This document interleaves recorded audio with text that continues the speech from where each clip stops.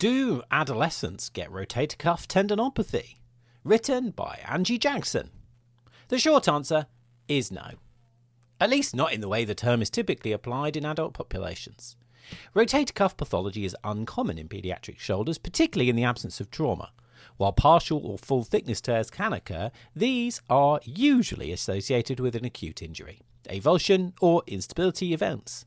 In contrast, the most frequent causes of shoulder pain in adolescents are physeal stress injuries and glenohumeral instability with associated labral pathology.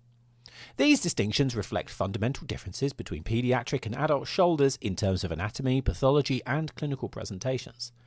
A failure to recognise these differences risks misdiagnosis and inappropriate management, potentially leading to long-term consequences for shoulder function and athletic development. Accurate clinical reasoning in this population therefore requires consideration of anatomical development, ossification timing, maturation status, and paediatric-specific pathology. From cartilage to bone.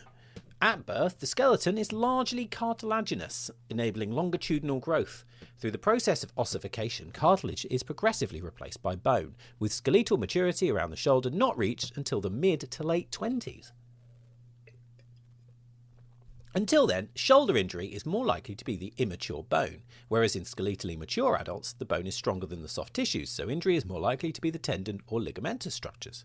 The shoulder is particularly complex in its developmental anatomy. The humeral head initially forms from 3 secondary ossification centres, including the greater and lesser tuberosities, which unite around the age of 4 to 6 in boys and up to 2 years earlier in girls.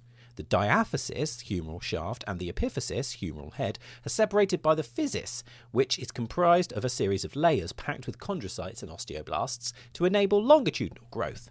The humeral head does not ossify with the humeral shaft until around the age of 14 to 18. Until then, the proximal humeral physis is vulnerable to injury.